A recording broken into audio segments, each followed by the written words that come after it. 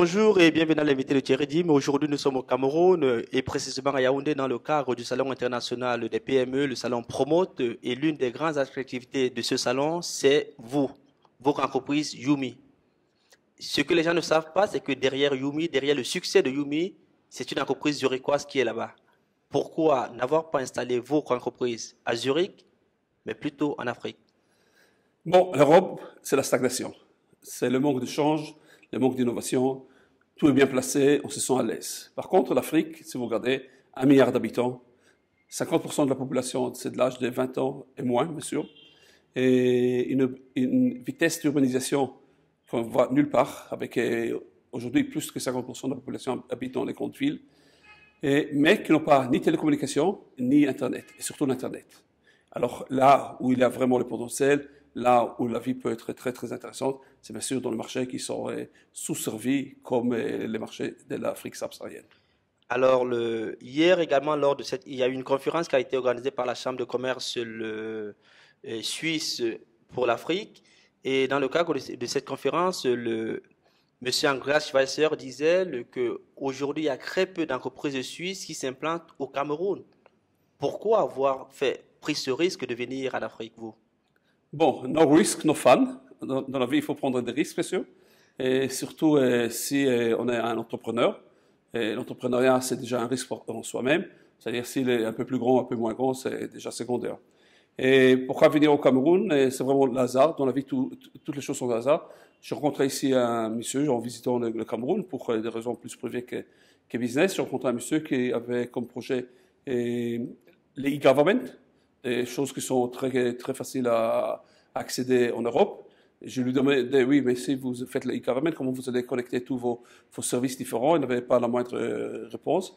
Et là, on a commencé à discuter. Il a proposé qu'on mette ensemble une entreprise. Et ça, c'était la naissance de Yumi. C'est quoi les grandes difficultés pour pénétrer le marché africain? Oh là là, d'abord, il y a des difficultés qui sont vraiment de base, des structures. Et on doit tout importer. C'est-à-dire d'abord, il faut avoir les licences, il faut avoir les fréquences. En Europe, les licences et les fréquences se donnent par des appels d'offres ou par des systèmes qui sont très très bien localisés. Ici, les régulateurs sont organisés, pas au point comme en Europe. C'est-à-dire que c'est beaucoup de négociations, c'est beaucoup de discussions, et surtout, il faut les convaincre qu'on ne vient pas pour prendre quelque chose et on ne donne rien en contrepartie, mais qu'on veut avoir la licence, on veut avoir les fréquences et qu'on va s'installer et investir. Ça, c'est vraiment la plus grande difficulté, de convaincre les décideurs administratifs de nous donner les permissions de travailler. Après ça, il faut tout importer. Il faut importer l'infrastructure, il faut importer les outils, il faut importer vraiment. Et ça commence même avec les câbles. Et puis, il y a un troisième problème des structures, ça c'est la capacité de management. Malheureusement, le management africain est en train de se développer, mais il y a malheureusement encore un très très long chemin à faire. Et nous essayons aujourd'hui d'intégrer que des managers locaux. Et au début, on avait plus de managers européens, mais nous sommes maintenant dans une phase là où on est arrivé, où on voulait être, c'est que le management local est capable de gérer l'entreprise dans le jour par jour, et nous commençons à remplacer rapidement le management européen. Mais ça, c'est, je crois, aujourd'hui le plus grand problème de la région, c'est assurer que la main-d'œuvre professionnelle, les capacités de management sont sur place. Alors, le taux de pénétration de Yumi encore au Cameroun est encore relativement très faible parce que je me suis rendu compte que Yumi était présent uniquement dans les deux grandes villes, Oui. c'est-à-dire Yaoundé, la capitale politique, et Douala, la capitale économique. Bien sûr. Est-ce que les perspectives pour Yumi, pour se développer dans les autres régions, est-ce que vous y avez pensé? D'abord, le but, c'est vraiment être national et couvrir toutes les villes. Il n'y a pas de marché Internet dans les régions rurales. Ça, même en Europe, si vous regardez aujourd'hui, les gros investisseurs dans les télécoms évitent les régions rurales, soit ils reçoivent des subventions de l'État. C'est encore pire en Afrique, et la raison qu'il n'y a pas d'argent dans les régions rurales. Et pour justifier un investissement de cette taille-là, il faut avoir de la clientèle. Et bien sûr que Douala, Yaoundé, Abidjan, ce sont des villes qui génèrent jusqu'à 80% de production brute du pays. Et c'est là que vous allez, parce que là, il y a vraiment le besoin économique, il y a la population qui veut se développer, il y a les grandes écoles qui se trouvent là, il y a les étudiants qui cherchent l'Internet. Les villes secondaires, on va les couvrir, mais ça va prendre plus de temps. Mais le but est clairement, toutes les régions urbaines vont être couvertes par Yumi.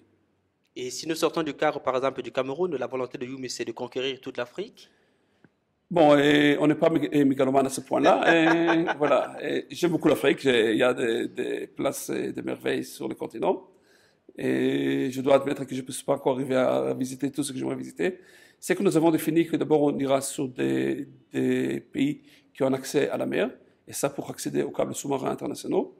Et la deuxième condition, qu'il y aura des grandes villes au-delà de 2 millions d'habitants. Et le troisième paramètre, c'est qu'il y a une croissance économique qui peut montrer qu'il y a quand même un développement économique intéressant dans les prochaines années. Et là, il y a beaucoup de pays qui couvrent ce sujet-là. Et là, il faudra faire la priorité. Mais le but, aujourd'hui, nous sommes dans 2 pays, bientôt dans un 3e. Et vers la fin de cette décennie, être dans une quinzaine de pays. Alors, la dernière question à laquelle je vais vous poser est de savoir quel est votre secret de réussite? Et avoir la peau épaisse. Et jamais accepter un non pour moi et bien sûr pour mes équipes. Quand on entend le nom d'un client ou de l'administration, c'est là qui commence vraiment notre motivation de changer ce nom en un oui. Et la dernière chose, je crois que en somme, on fait 2 choses. On a un projet économique qui va être très rentable pour nos investisseurs. Et en même temps, on a aujourd'hui la motivation parce qu'on change. On crée des emplois, on amène l'Internet aux jeunes, les jeunes se développent. Si vous voyez aujourd'hui, l'industrie la 3e révolution industrielle et la révolution digitale qui se passe dans le monde crée énormément beaucoup de places de travail pour cette jeune génération. Et ça nous plaît beaucoup de participer à cette révolution ici en Afrique. Merci Dov pour ces explications. Quant à vous, nous vous donnons rendez-vous très prochainement avec un nouvel invité. Au revoir.